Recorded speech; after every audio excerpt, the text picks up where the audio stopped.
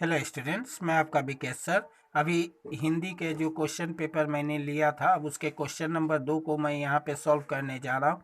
इसमें आया था निम्नलिखित प्रश्नों में से किन्हीं 3 के उत्तर 25-25 शब्दों में लिखिए। तो यहाँ 4 प्रश्न दिए हुए हैं, इसमें से 3 का उत्तर लिखना है। मैंने चारों का उत्तर लिख दिया है। अब पहला जो प्रश्न है, चंद्रगहना से लौटती बेर कविता में पीली सरसों किससे विवाह करने के लिए कहाँ आई है?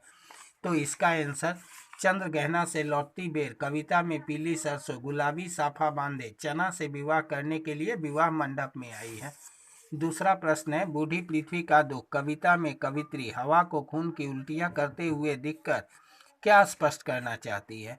तो इसका उत्तर, बूढ़ी पृथ्वी का दुख कविता में कवित्री हवा को खून की उल्टियां करते हुए दिखकर यह स्पष्ट करना चाहती है कि बड़े बड़े कारखाने, बड़ी बड़ी मशीनें, धुआं उगलती चिमनियाँ इत्यादि हवा में मिलने के कारण हवा रोगी हो जाती है। इसलिए कवित्री ने हवा को खून की उल्टियाँ करते दिखलाया है। तीसरा प्रश्न है, बीती विभावरी जागरी कविता में प्रातःकालीन मानवीय गतिविधियों के आधार पर सुबह होने के दृश्य का वर्णन कीजिए।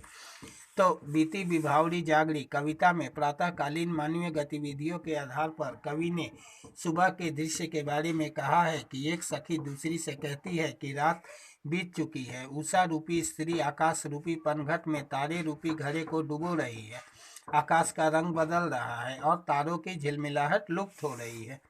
चौथा प्रश्न जो था, जो छोटी सी नैया लेकर उतरे करने को उदधि पार, उनको प्रणाम कविता की इन पंक्तियों का आशय स्पष्ट कीजिए। तो प्रस्तुत पंक्ति का आशय यह है कि कवि नागार्जुन ऐसे लोगों की बात कर रहे हैं जो अपनी छोटी सी नौका लेकर समुद्र को पार करने चले हैं अपने साहस एवं प्रयत्नों के बल पर।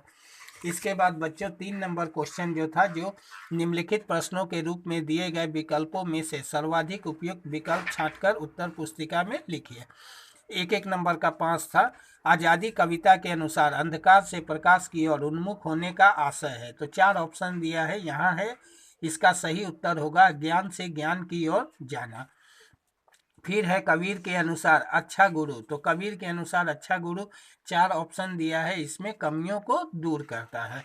आह्वान कविता के आधार पर बताइए कि परिश्रम न करने पर यदि आप असफल हुए तो इसके लिए आप किसे दोषी मानेंगे?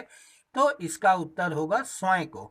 ये नंबर जो है स्वयं को, इसे जगाओ कविता में किसे जगाने के लिए कहा गया है? तो इसका जो शुद्ध उत्तर होगा वह है जो सच से बेखबर है। अंगा नंबर दिया है, काले माथे वाली चिड़िया प्रतीक है, तो काले माथे वाली चिड़िया चालाक लोगों के प्रतीक है।